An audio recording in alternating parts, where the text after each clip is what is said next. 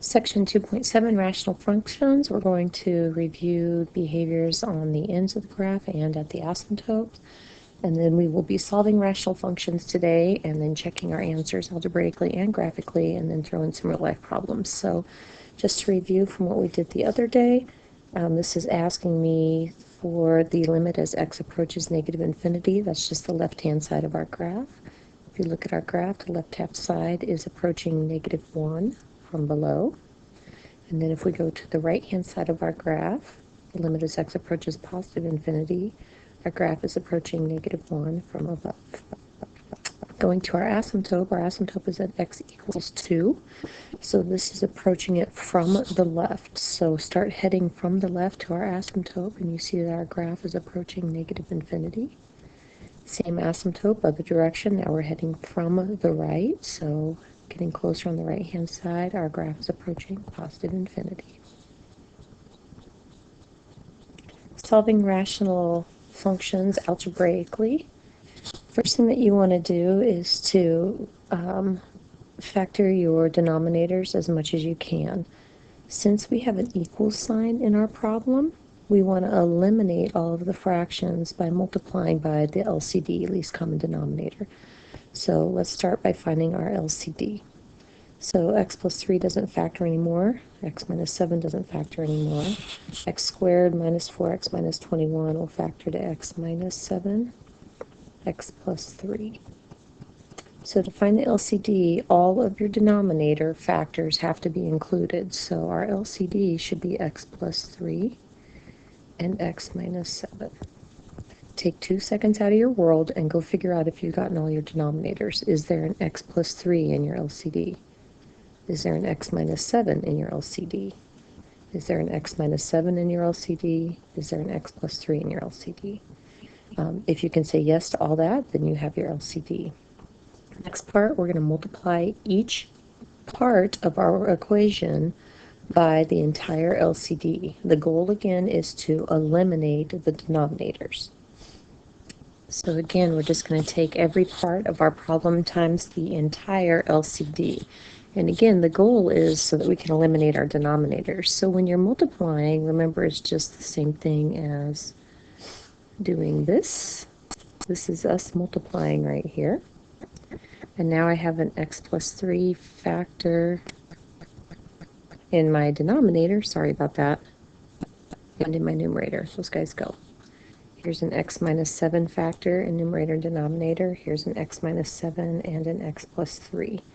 And then multiply what you have left. So I have an x minus 7 times by an x plus an x plus 3 times by a 5, and I have a 30. And now this just turns into an algebra problem. Clean it up.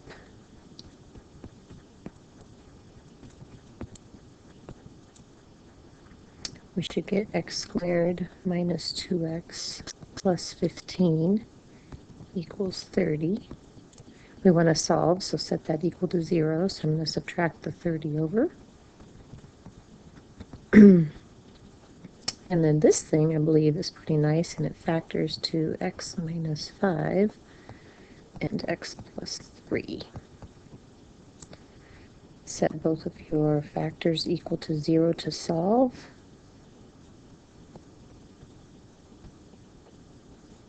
We get x is equal to 5 and x is equal to a negative 3.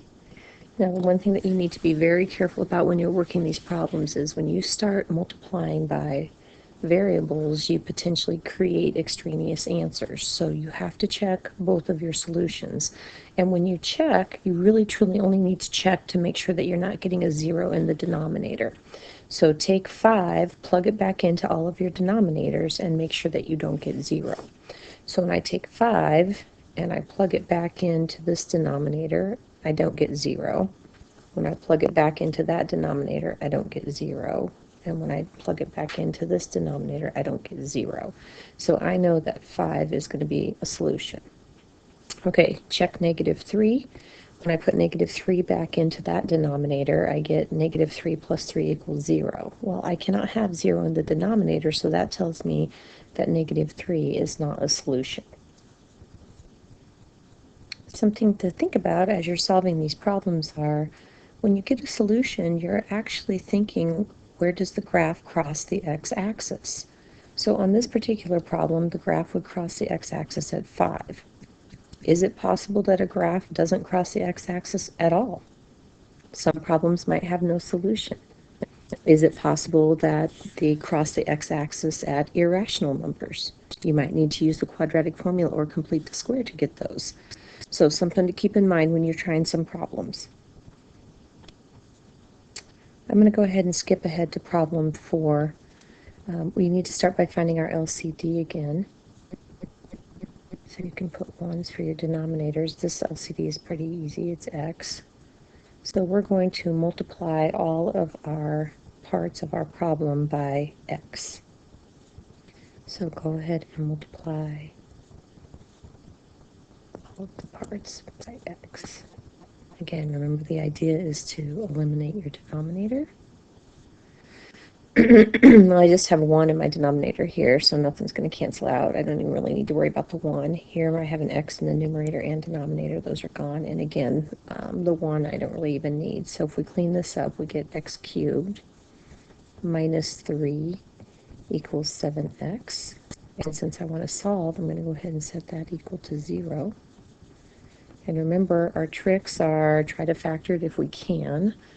There's no GCF in this problem, and since it's a cubic, I can't really see how to factor it. So our next step would then be to try our P over Q list. The factors of -3 are plus minus 1, plus minus 3. And the factors of Q are plus minus 1. So our list would be just plus or minus 1, plus or minus 3. I would probably plug this problem into my graphing calculator to take a look at it to see if any of those work for synthetic division. When you plug in, though, you need to set this problem equal to 0. So you're going to set the original problem equal to 0. So I would maybe enter it as x squared minus 3 divided by x minus 7 when you get ready to enter that in your graphing calculator. So go ahead and take a second, enter this in your graphing calculator, and take a look at it.